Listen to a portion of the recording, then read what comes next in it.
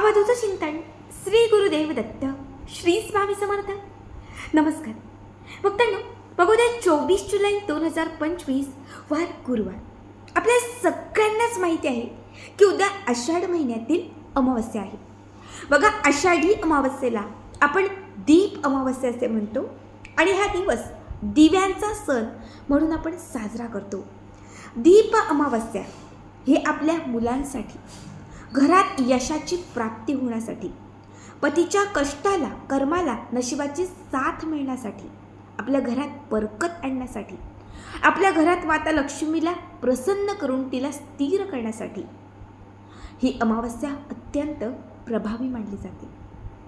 बघा, दीप अमावस्येच्या दिवशी जर तुम्ही तुमच्या मुलांचं औक्षण केलं आणि विशिष्ट काही उपाय केले तर तुमच्या मुलांना वर्षभर त्याचं शुभफळ प्राप्त होतं.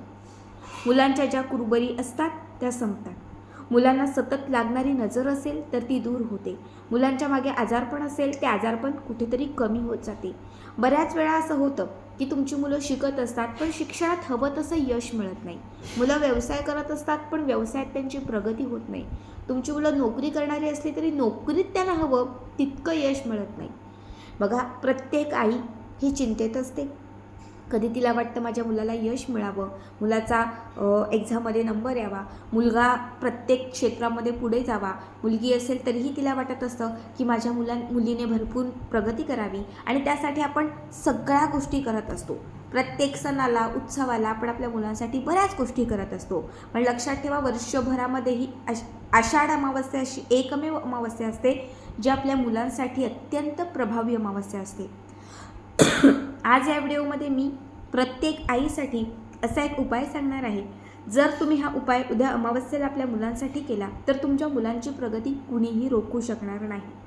मुलांना प्रत्येक गोष्टीत यश मिळेल, प्रगती होईल, आजारपण जे काही असेल ते कमी होईल आणि प्रत्येक क्षेत्रात त्यांना यशाची प्राप्ती होईल.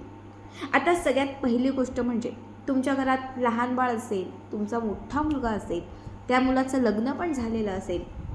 लक्षात ठेवा, तुमचं कुठलंही मूल असेल, मुलगा किंवा मुलगी, सकाळी सगळ्यात पहिले उठल्यानंतर जे त्याचं अंघोळीचं पाणी आहे त्याच्यामध्ये थोडीशी हळद घालायची, थोडंसं मीठ घालायचं आणि तुरटीचा खडा घालायचा.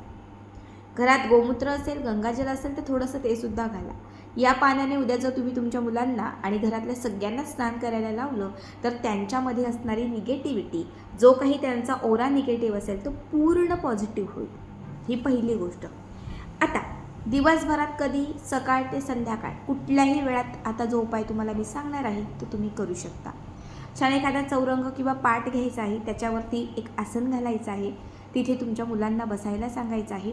ठीक आहे. यानंतर तुम्हाला कणकेचे जे तांदळाचं पीठ असतं त्याचे 6, 11, 21 जेवढे तुम्हाला शक्य तेवढे दिवे बनवायचे आहेत. जेवढे तुम्ही दिवे बनवलेले आहेत ते दिवे तुम्हाला तुमच्या मुलांवरून ओवाळायचे आहेत.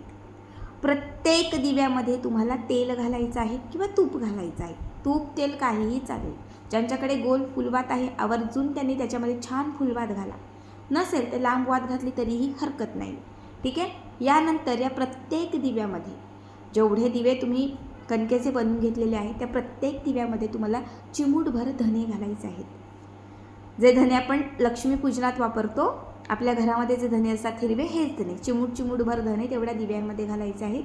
आणि धने घातलेले हे जे दिवे आहेत ते तुमच्या मुलांवरून तुम्हाला 7 वेळा ओवाळायचे आहेत. 7ही वेळा मुलांवरून ओवाळत असताना मुलांची प्रगती होण्यासाठी, त्यांना यश मिळण्यासाठी, मुलांना प्रत्येक गोष्टीमध्ये यशाची प्राप्ती होण्यासाठी, त्यांचे अडथळे दूर करण्यासाठी, नजरबाधा असेल, काही इडापिडा असेल, दोष लागलेला असेल ते दूर करण्यासाठी प्रार्थना करायची आहे. 7 वेळा या दिव्यांनी मुलांचं औक्षण करून झाल्यानंतर हे जे दिवे आपण घेतलेले आहेत त्यातले 4 दिवे घरातील 4 दिशांना ठेवायचे आहेत. चहूबाजूनी उत्तर, पूर्व, पश्चिम आणि दक्षिण अशा 4 दिशांनी पहिले 4 दिवे ठेवायचे. आणि बाकीचे जे काही तुम्ही दिवे घेतलेले असतील ते देवघराच्या समोर ठेवा किंवा तुम्ही उंबरठ्याच्या समोर ठेवले तरीही चालतील. पण 4 दिशांना पहिले 4 दिवे. जसे तुम्ही हे औक्षण कराल, मुलांवरून ओवाळाल आणि चहूबाजूने जसे तुम्ही हे दिवे ठेवाल त्या चहू दिशांनी तुमच्या मुलांच्या आयुष्यात यश यायला सुरुवात होईल. त्यांच्याकडे असणारी जी निगेटिव्हिटी आहे, नकारात्मकता आहे, बाधा, दोष असतील ते चहूबाजूने नष्ट होतील. यानंतर बघा, दिव्यांनी ओवाळल्यानंतर तुम्हाला थोडासा एका वाटीमध्ये भात शिजवायचा आहे. छोट्याशा एखाद्या पातेल्यामध्ये भात शिजवून घ्या. हा भात जो आहे तो एखाद्या यूज अँड थ्रो असेल असा एखादा प्लेट, त्याच्यामध्ये प्लास्टिकचं असेल एखादं ट्रे वगैरे त्याच्यामध्ये, किंवा वहीचा जो जाडसर पुठ्ठा असतो एखादा जाड पेपर असेल तर त्याच्यावरती हा भात काढून घ्यायचा आहे. जो भात काढून घेतलेला आहे त्याच्यावरती आंबट दही घालायचं आहे. थोडंसं आंबट दही घालायचं, थोडीशी काळी किंवा पिवळी जी मोहरी असते ती घालायची आहे. 2-4 याच्यामध्ये काळी मिरी जी असते ती घालायची आहे. आणि त्याच्यानंतर हा जो भाताचा उतारा आहे तो मुलांवरून पुन्हा एकदा 7 वेळा उतरवायचा आहे. आधी मुलांचं दिव्यांनी औक्षण करून घ्यायचं. मुलांचं औक्षण करून झाल्यानंतर उतारा करायचा. त्यासाठी जसं सांगितलं तसं भात शिजून घ्यायचा, त्याच्यावरती आंबट दही घालायचं, थोडी मोहरी घालायची आणि याच्यामध्ये थोडी काळी मिरी घालायची. आता हा उतारा मुलांवरून 7 वेळा उतरवून घ्यायचा. घराच्या बाहेर जायचं. मुंग्यांचं वारूळ असेल, चिमण्या, कावळे वगैरे असतील ते त्यांच्यासमोर ते खायला घालायचं. अशा ठिकाणी घालायचं ज्या ठिकाणी पशुपक्षी ते ग्रहण करतील, खातील. जसं तुम्ही 7 वेळा हा उतारा उतरवून घराच्या बाहेर टाकाल, घराच्या बाहेर फेकाल आणि जसं तिथे प्राणी, पशुपक्षी कुणीही ते ग्रहण करेल, तसं लक्षात ठेवा तुमच्या मुलांची नजर उतरून गेली. तुमच्या मुलांना लागलेला जो काही दोष असेल तो नष्ट झाला.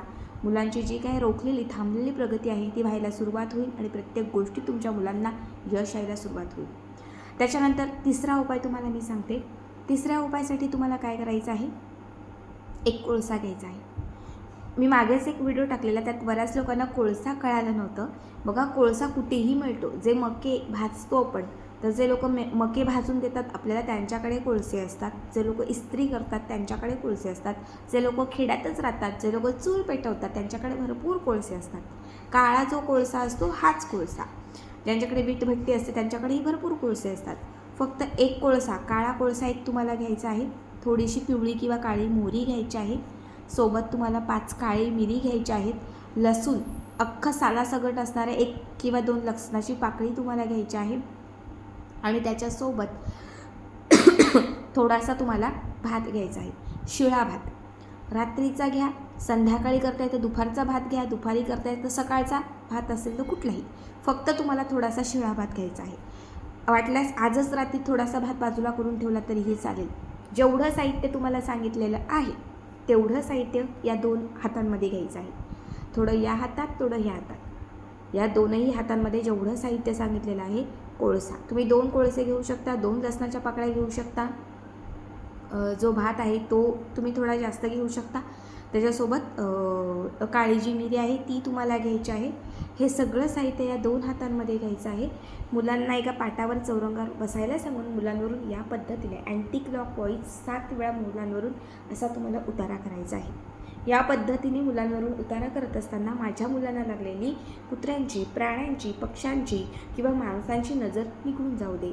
माझ्या मुलांना लागलेले दोष नष्ट होऊ दे. माझ्या मुलांची प्रगती होऊ दे. माझ्या मुलांना प्रत्येक गोष्टीत यश मिळू दे. माझ्या मुलांना प्रत्येक क्षेत्रामध्ये बरकत येऊ दे असं तुम्हाला म्हणायचं आहे. त्यांच्या मागे असणारा आजारपण दूर होऊ दे असं म्हणायचं आहे.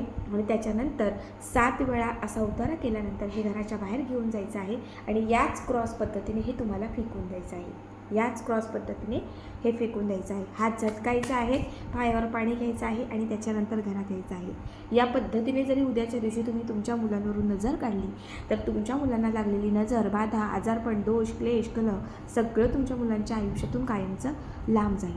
त्याच्यानंतर बघा, तुमच्या मुलांना अजिबातच यश मिळत नसेल, कुठल्या क्षेत्रात त्यांची प्रगती होत नसेल किंवा तुमच्या मुलांच्या मागे काहीतरी मोठी शत्रुपीडा आहे असं तुम्हाला वाटत असेल तर एक नारळ घ्यायचा. उद्या दीप अमावस्येला एक नारळ घ्यायचा, पण हा उतारा संध्याकाळी करायचा. 6 ते 9 या दरम्यान कधीही करा. फार 9:30 केलात तरीही चालेल. एक छान पाणीदार नारळ घ्यायचा आहे. थोडीशी सालं काढायची आहेत. त्या नारळाच्यावरती तुम्हाला 2-4 भीमसेनी कापराच्या वड्या ठेवायच्या आहेत. कापूर पेटवायचा आहे. जसा कापूर पेटेल, प्रज्वलित होईल तशी पिवळी मोहरी त्याच्यात टाकायची आहे. पिवळी किंवा थोडीशी काळी मोहरी घाला. पिवळी किंवा काळी मोहरी जशी त्या नारळावर कापरासोबत तडतडेल तसा हा नारळ जो आहे तो मुलांवरून उतरवायचा. 7 वेळा मुलांवरून हा नारळ उतरवायचा. 7 वेळा नारळ उतरवायचा, पण कापूर विझू द्यायचा नाही. परत 2-4 कापराच्या वड्या पटापट टाकत राहा. पूर्ण 7 वेळा उतरवून झाल्यानंतर पेटताच नारळ घराच्या बाहेर घेऊन जायचा. मुख्य प्रवेशद्वारावरून सुद्धा 7 वेळा तो उतरवून घ्यायचा. मुख्य प्रवेशद्वारावरून सुद्धा 7 वेळा उतरवल्यानंतर घराच्या बाहेर जायचं आणि हा नारळ एखाद्या शेतात, कचराकुंडीत, पेटीत, गटारीत किंवा जिथे रिकामी मोकळी जागा असेल, कुणाचा पाय पडणार वगैरे नाही अशा ठिकाणी हा नारळ टाकून द्यायचा, फेकून द्यायचा. जसा हा नारळ तुम्ही मुलांवरून उतरवून तसाच घराच्या वर टाकाल, त्या नारळासोबत तुमच्या मुलांमध्ये असणारी सगळी काही वाईट शक्ती, दोष जे काही आहे ते सगळं काही सगळं काही जे काय आहे ते घराच्या बाहेर चाललं जाईल. खूप साधे सोपे उपाय सांगितलेले आहेत. येथील एक जरी उपाय केला तरी खूप आहे.